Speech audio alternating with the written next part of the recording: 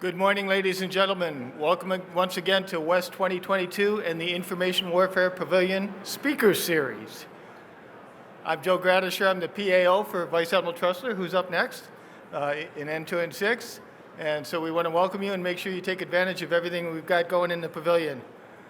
I'll do a quick introduction to the Admiral and get him up here because you don't want to hear me all day long. Vice Admiral Trussler is the Deputy Chief of Naval Operations for Information Warfare and the Director of Naval Intelligence. He's a native of Oklahoma and a member of the Cherokee Nation. After attending Northeastern Oklahoma A&M Junior College and Oklahoma State University, he was commissioned at the Officers Candidate School in Newport, Rhode Island. He also received a master's from the University of Oklahoma. He's a career submariner and commanded the ballistic missile submarine USS Maryland and was the first commander of Task Force 69 for the 6th Fleet in Naples, Italy. He served in a variety of shore and staff assignments, including with the Pacific Fleet, Naval Personnel Command, Joint Staff, and the Navy Staff. Flag assignments included serving as the first commander, Undersea Warfighting Development Center, and as Director of Future Plans on the Navy staff. He assumed his duties as the Deputy Chief of Naval Operations for Information Warfare and as the 68th Director of Naval Intelligence in June of 2020. Ladies and gentlemen, Vice Admiral Trussler.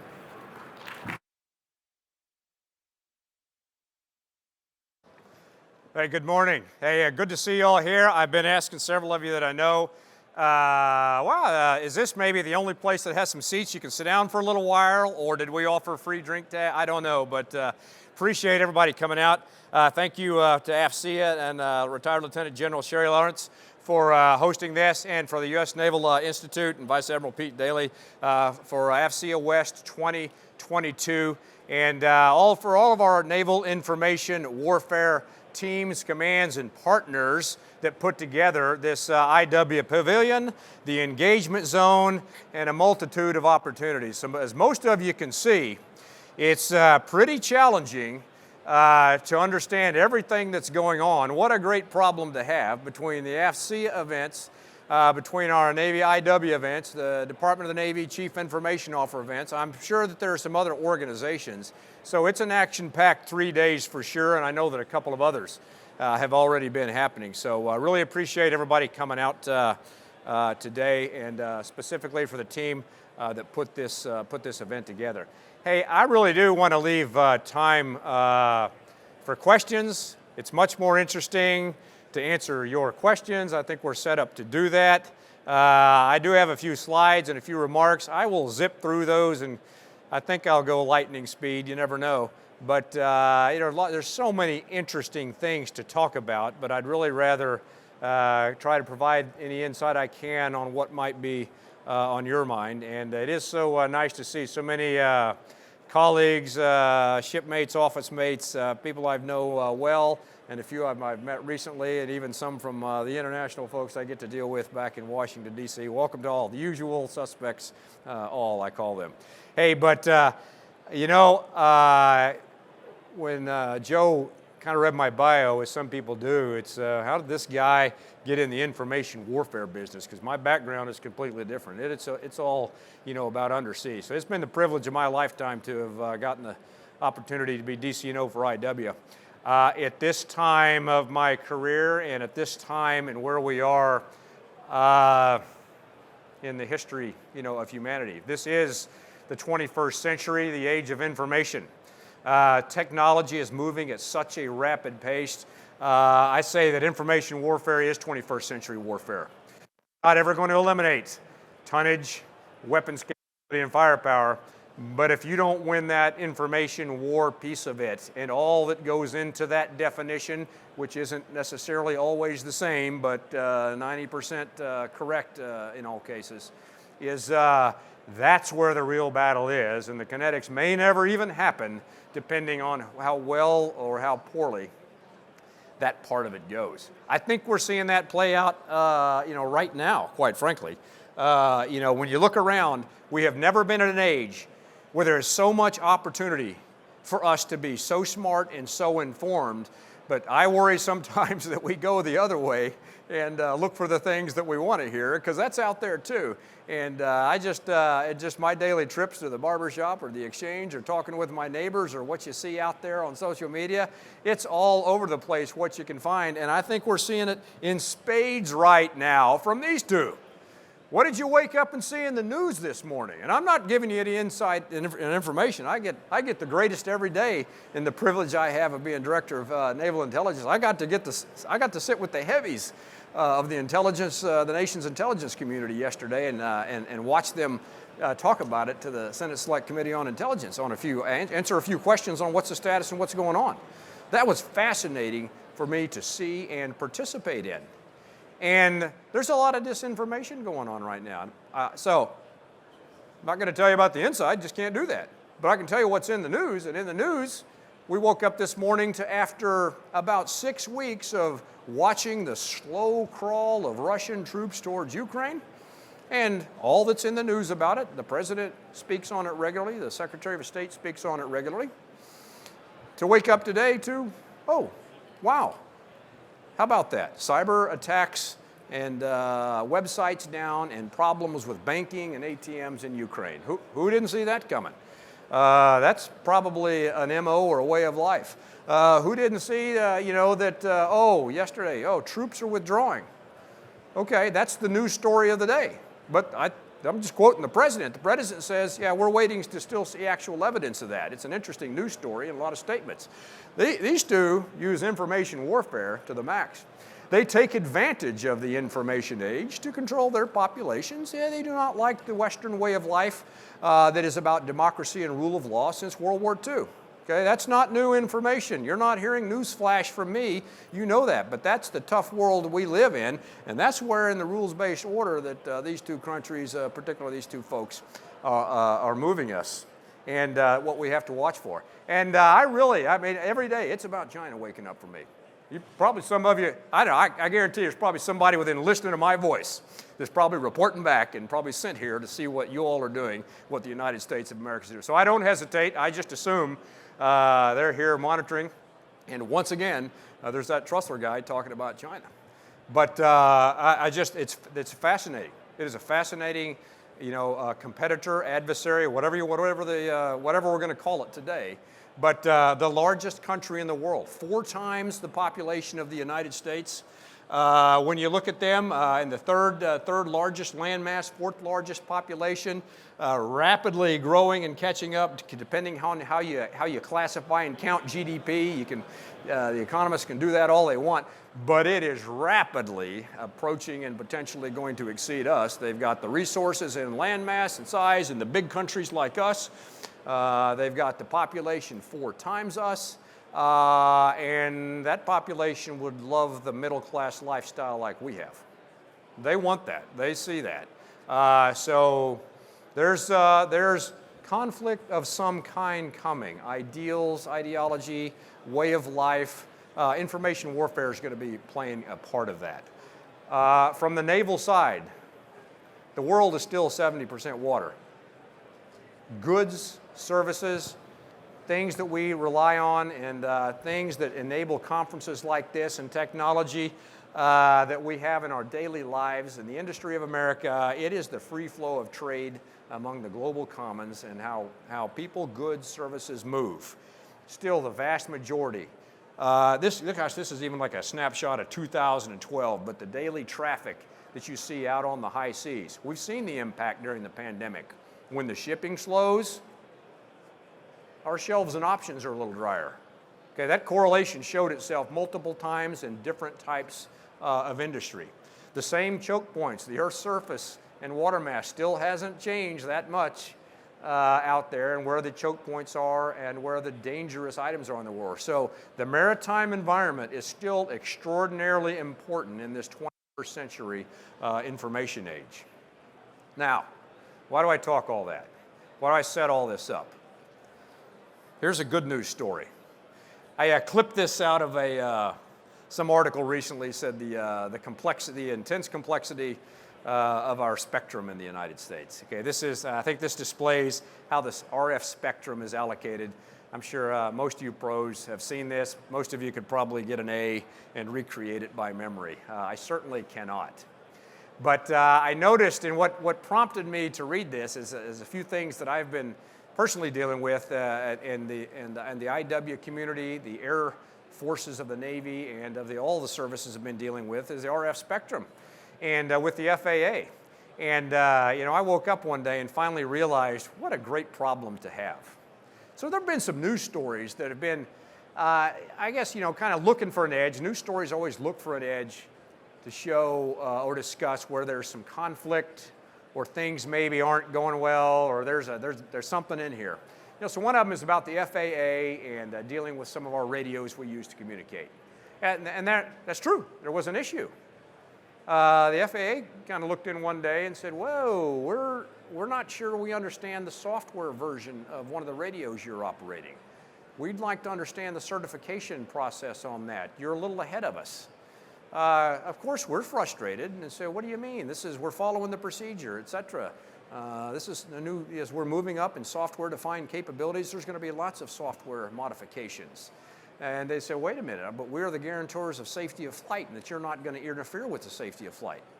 Okay, so that comes across as a negative kind of content. But where in any other place has the DoD been accused of moving too fast that somebody else can keep up? What a great news story, because we're now to the point where we can rapidly change modifications that could impact how our radios operate, that others are going to have trouble to keep up. That's a tremendous problem to have, and a great accusation that somebody ought to write down as a fit rep bullet, not take as a tasker.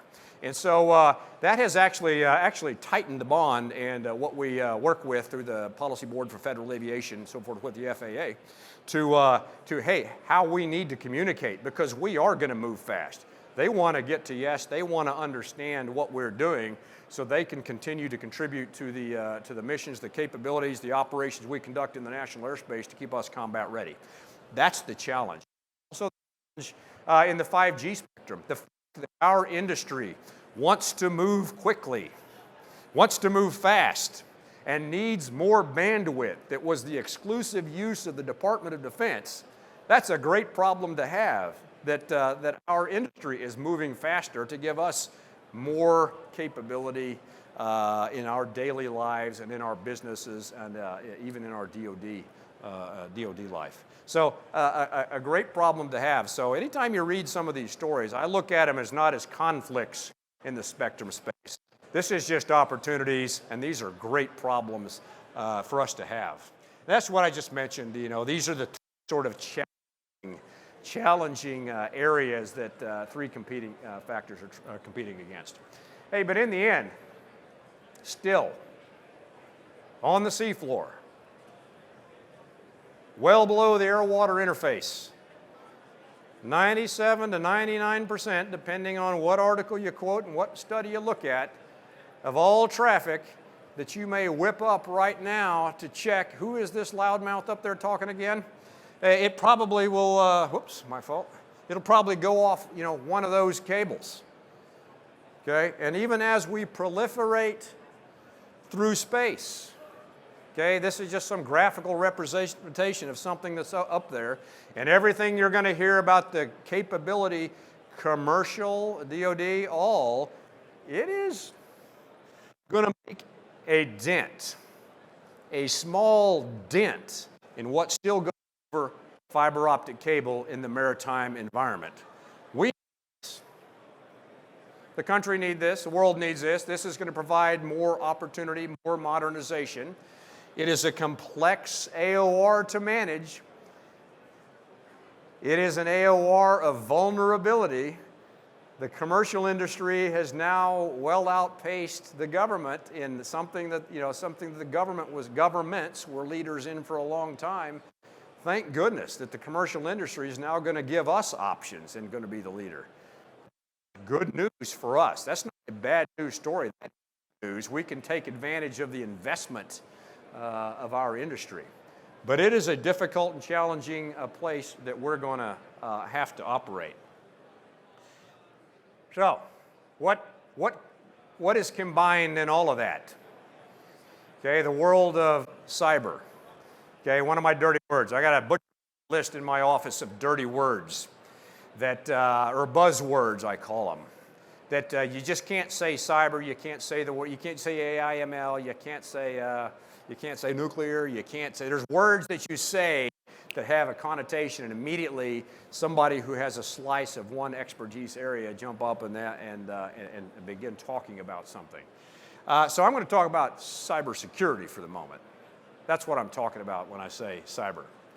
So whether we're via that fiber optic cables, whether we're in the RF spectrum, via point-to-point, via satellite, beyond line of sight, all those things, anytime data, information is going to be passed using an operating system, okay, or a processor, getting to or from an IP address, that's vulnerability, okay?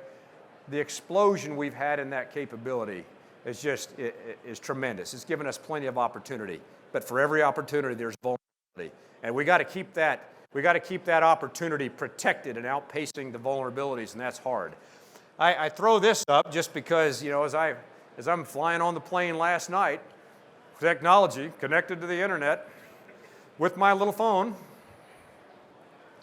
and you know, flipping through some article on LinkedIn, somebody said something about the complexity of the cyber landscape. I just, wow, hey, I'm going to show that. Oh, so I logged my computer on while flying across country and downloaded this picture and put it in my thing and sent it to Joe and put it in the, you know, that's great luxury. That's great efficiency for me. I love that.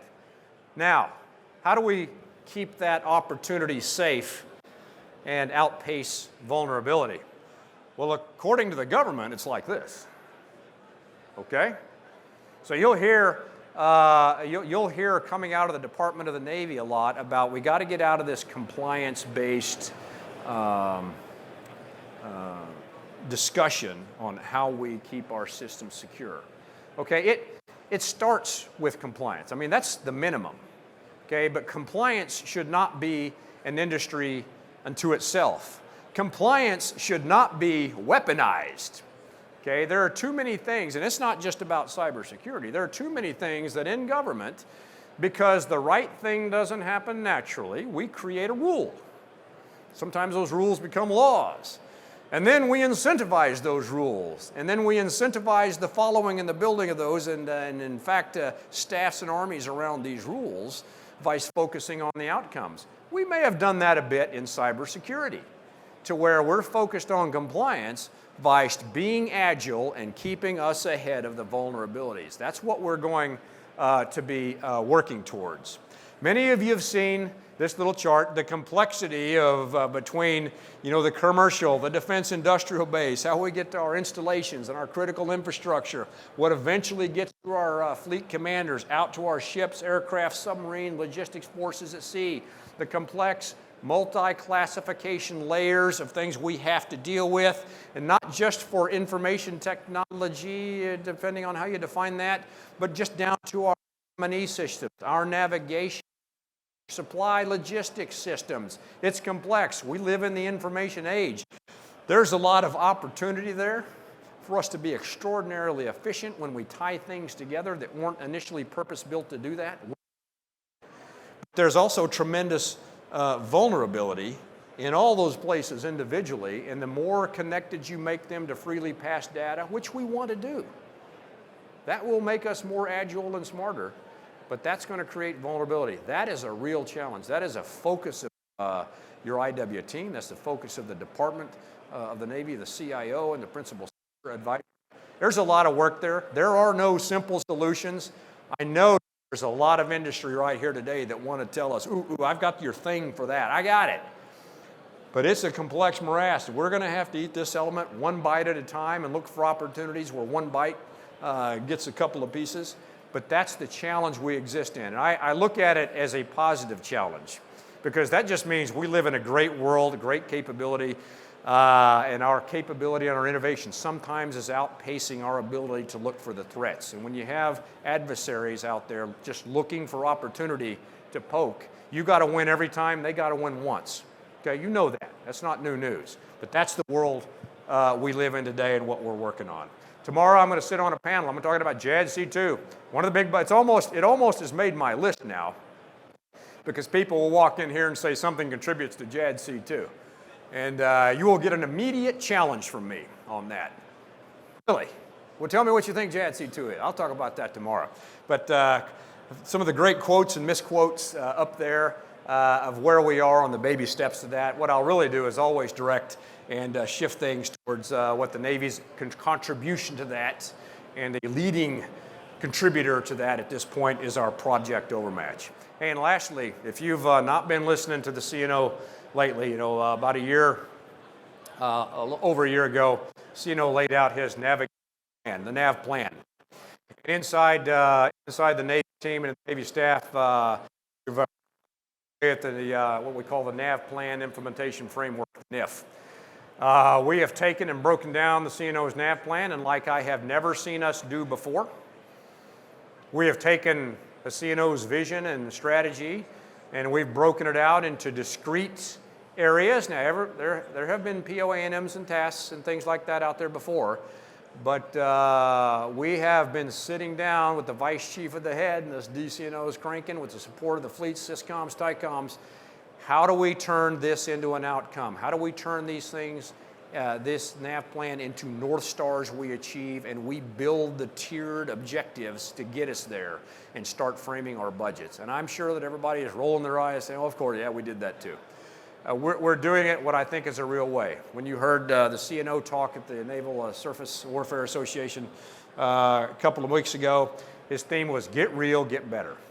Okay? So I think that is step one. Be honest about where we are. A big pounding effort of both the CNO and the Vice Chief. Be honest about where we are. Embrace the red of the things we don't do well or are not doing well in, and attack those. And that's what we're doing. And then for everything we're going to do and invest in, what is the North Star? Show how it's going to chip away at one of the things to get to a North Star. Not that it just contributes, you show how it will get you there. That is hard for us. We're doing that. To get real, get better. On top of all these headlines about just the old, the fix our computers stuff that was flying around out there recently on the internet. And I'll tell you, this is where you got to stand up and applaud for the Navy. And if you don't think you should, I'm just telling you, you ought to, because we kind of went from the back of the pack to the front of the pack with some great leadership from our Don CIO. The pandemic was a wake-up call for us. The silver lining of it was a wake-up call, and the Navy was more agile in securing some needed resources that we could make a prompt jump and some investment to upgrade our technology, start getting after some aging infrastructure, and re-architect a bit how we work.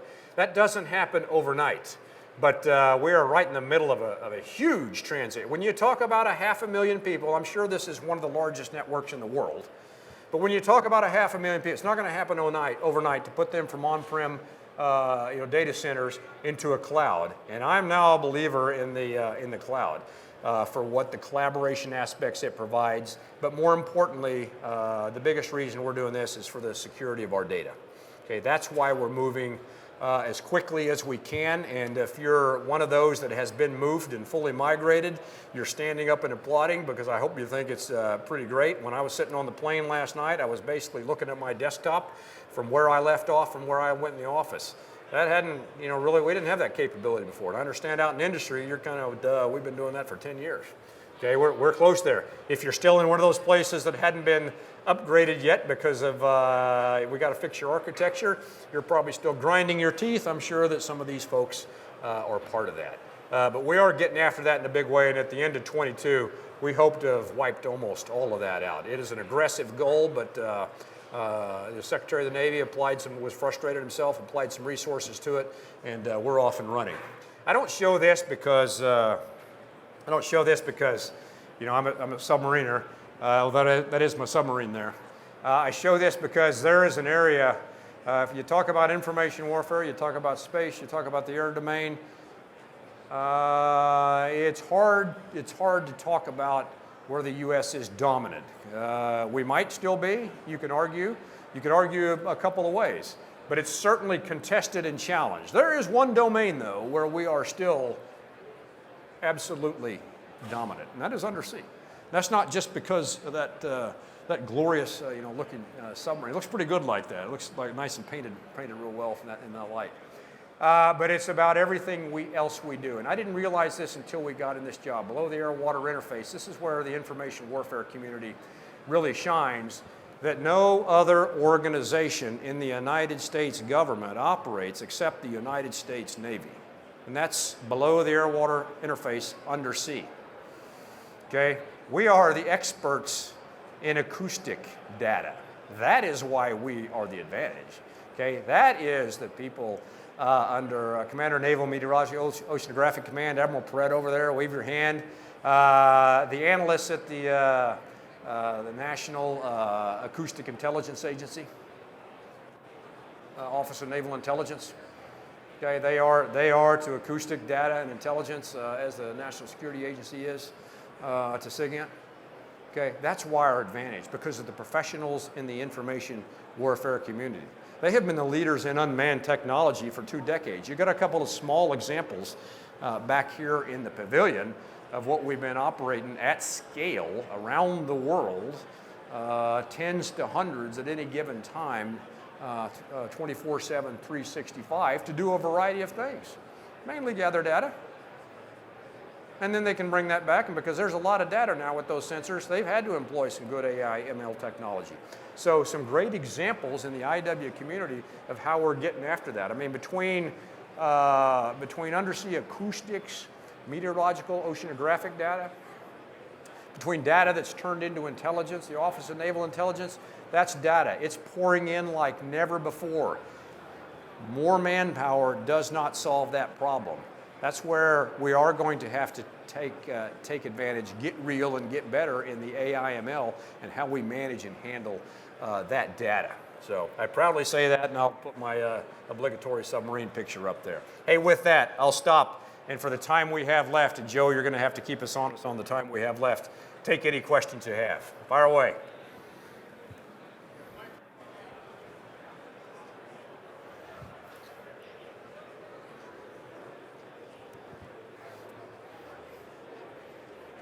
I'm good. You want to tell a joke or something? Go ahead, sir. Grab the microphone there.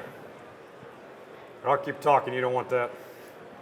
Yeah, thank you. I just wanted to get a little bit more color on what happened a couple of years ago, I believe up in Newport, Rhode Island. It seemed to me there was a hack there that compromised some of that great underwater acoustic technology that was stored, and it was breached there, and some of that was stolen. Any color on that and what we learned from that? Sure. Yeah, I'm obviously not going to go into any specifics. I think I've gotten pretty good about not answering questions specifically that come up when I know what you really want to know.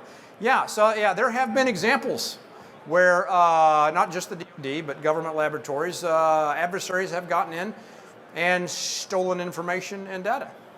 Sometimes it's a little more critical than we would have wanted to let go, but we don't want any data lost. Our soft underbelly, quite frankly, is our defense industrial base. Okay, so it's one. Of course, it's going to be a holy grail, and I'm sure the adversaries really are. They're poking at the Pentagon. They're trying to get at our command centers, and combatant commands and fleet commands around the world. I'm sure they're working on that. They're trying to work on access to high-profile decision making. I get that. But where they're really putting energy, and you can just read this in the news. I'm not giving away anything you can't read in the news here. I'm going to base it on what you can see in the news right now. Of our defense industrial base is under regular attack, and that is a challenge for us. I mean, to get on the playing field, to be DoD contractors, kind of as I best describe it. I mean, you got to go through a process. You can't just show up and win a proposal. I mean, to handle our information, there's an organization that checks your security of how you're going to handle information. I mean, that's just physical security, everything, including your IT systems. I think they make all defense contractors go through some cybersecurity security maturation model certification. Like there's a 2.0 been released by the DoD CIO recently. that, to try to prove that you somehow have the ability to do that. So before you can even get on the playing field and start delivering for us, the defense has to put some effort. But we don't monitor. We do not have an intrusive monitoring system unless there's a lawful legal reason to do that. And sometimes there are, because of intelligence we get or lawful information we get. We might knock on somebody's door and say, by the way, did you know you're being targeted right now, or they've taken information from you? Here's the evidence. And we'll work, we can work together and deal with that. Sometimes they tell us, they think, and ask for help. Were we hacked? So there is a process. Is it as big and agile as we need to be? I don't know. I can't be the judge of that right now. It's not my part of my day job. But before, that's a big DoD piece to manage before it gets to us. Then there's that acquisition process we talk about. Now we decided we're going to acquire or evaluate for acquire.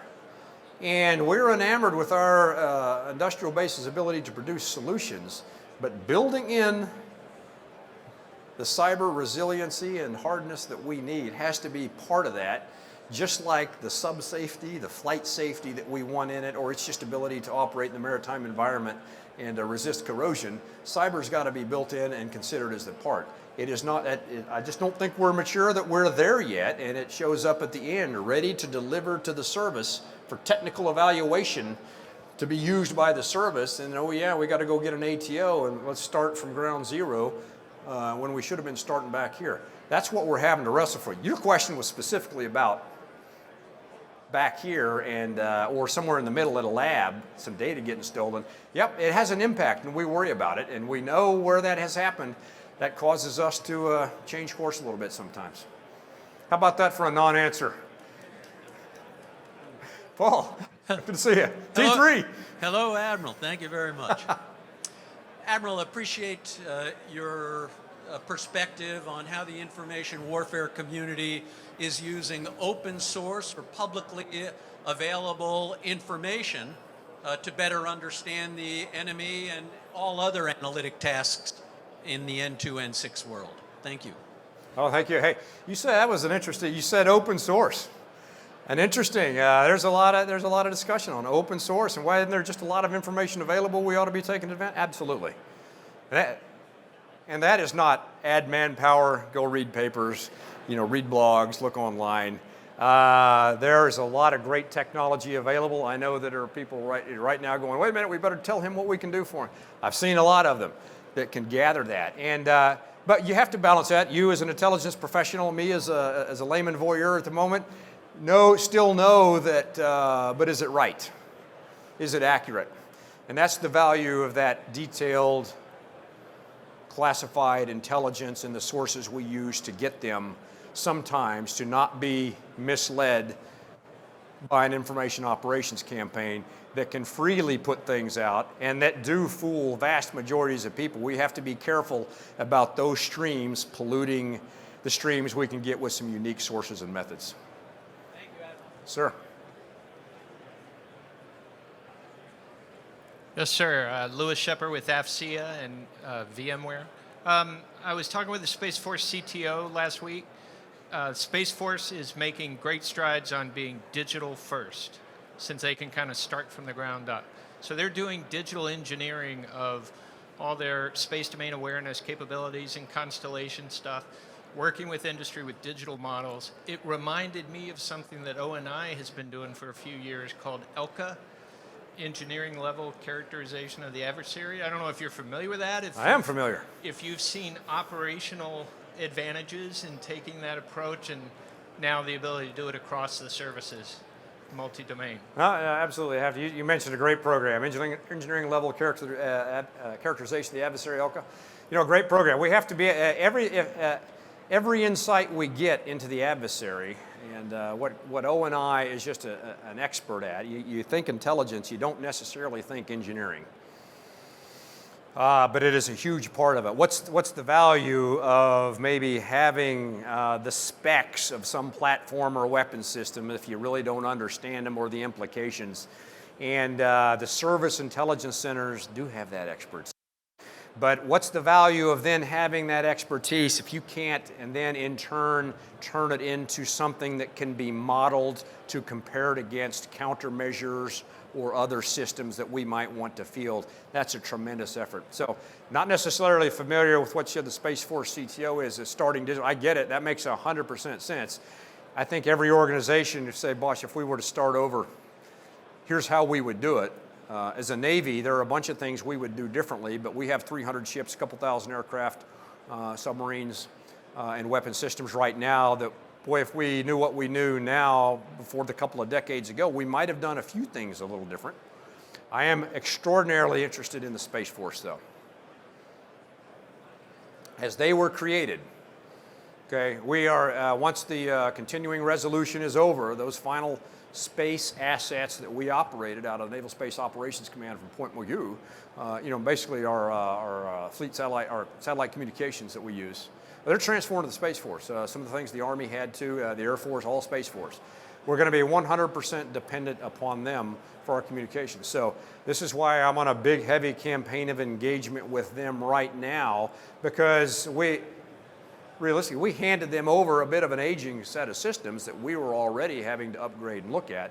Now some of those are out of our hands, and I'm breathing a little heavy. Not because they're not gonna screw us over or something, but it's wow. Now we have to collaborate very closely and communicate specifically requirements. So I'm setting up this spring to see their equivalent, basically, of what I call an S3 and an S8 and an S9. We're going to be sitting down and exchanging, not just exchanging requirements letter, a classic bureaucratic Pentagon process, but to have some face-to-face talks, hopefully, so we can make sure they understand kind of how we fight and how we operate distributed maritime operations, and that we are the service most dependent upon space, quite frankly. Okay, I'm sure some folks might argue with me about that, but we are the ones moving not in the same place at any given time, completely dependent beyond line of sight necessarily. Right now, with most solutions, that means space. So we're very interested in that topic. Thank you. Hi, Audrey Decker with Inside Defense. There you are. Hi. Hey, I only had like 5 people waving behind you. I'm sitting there, they're trying to point something out to me. Audrey, go ahead. Thanks. You mentioned this a little bit in your speech, but I was wondering if you could go into a bit more detail on what changes must occur in the Navy to deliver the networking capability needed for a major conflict with a peer adversary. Thanks. Come to my JADC2 panel tomorrow. Okay, I'll be there. Okay, no, I'm not going to blow it off like that. Many of the organizations represented here have come to see me. I've got a solution for you. Have you considered? And just like I said earlier, if we were to start from ground zero, we would do X. But we are a platform-centric Navy. And most of the platforms we have now were built to carry weapon systems, and with the sensors we needed to target those weapon systems. And we built some very good ones. But as we have matured, and we now can field weapons that can go far beyond any sensor that an individual platform can carry, we need to be able to take the sensor data from other platforms and target weapons or satellites or unattended sensors or unmanned systems and incorporate that. And those have to communicate seamlessly in a denied, degraded environment. So that is the challenge, and a lot of that is in the RF spectrum. So if we were to start from scratch and could remake what's in space right now, and the systems that are in board our aircraft, on our weapons, on our ships and submarines, we might do it just a little differently.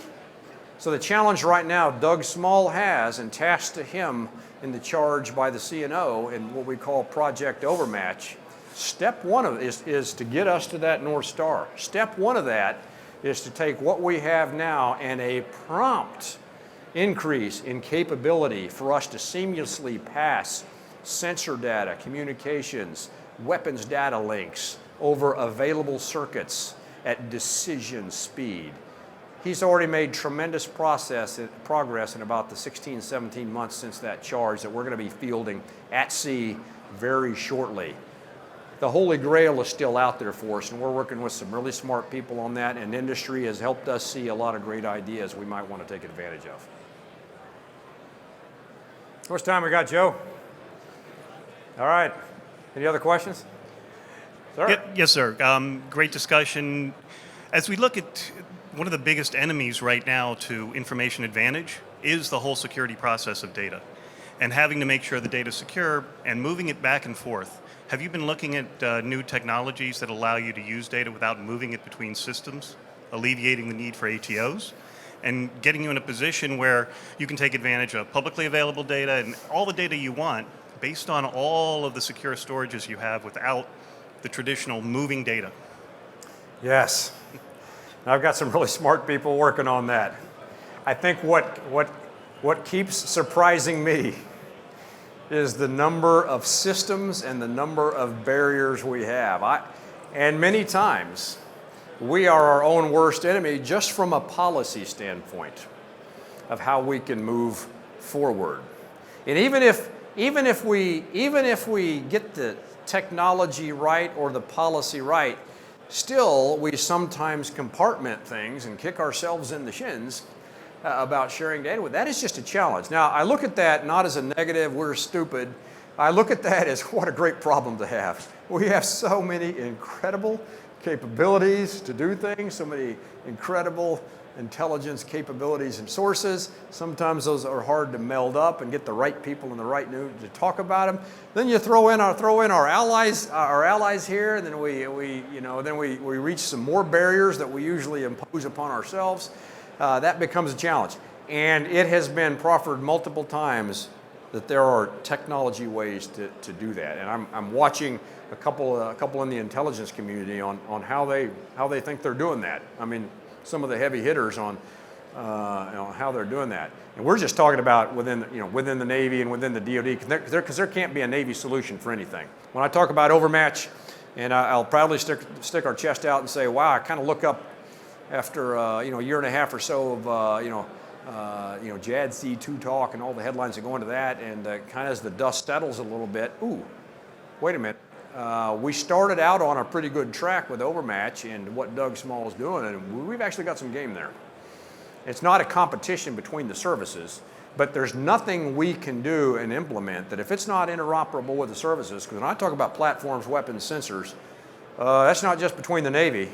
That's Navy, Air Force, Army, Marine Corps, Coast Guard. We can't leave each other behind. That's going to be the beauty of JADC2. I'll talk a little bit about that tomorrow, and that's what I think the beauty of the is everybody's looking for the Death Star, and what's the plan? Show me the plan. Show me the architecture and the specs. That's not going to happen. We're not going to immediately come out that immediately eliminates 75% of what exists today. It's going to be a little bit more subtle and elegant as we build to it and make sure we pick some right technologies that don't cut out chunks of service capability exists. That's a bit of a delicate balance. All good? Hey, thanks for your time today. He said about me, there's not a lot of great information, but at least he's loud and enthusiastic, okay? Throughout the couple of days at our IW Pavilion, a wide variety of the information warfare leaders from the Navy are going to be up here providing a variety of talks. We have an engagement zone. Those are all listed on the AFCEA schedule. A lot of displays, and some of our senior leaders and some of our real technical experts are over here in our information warfare pavilion. And I look forward to meeting and chatting with all of you and getting around and seeing all the great capability and technology that is the United States of America. So thanks for coming up today.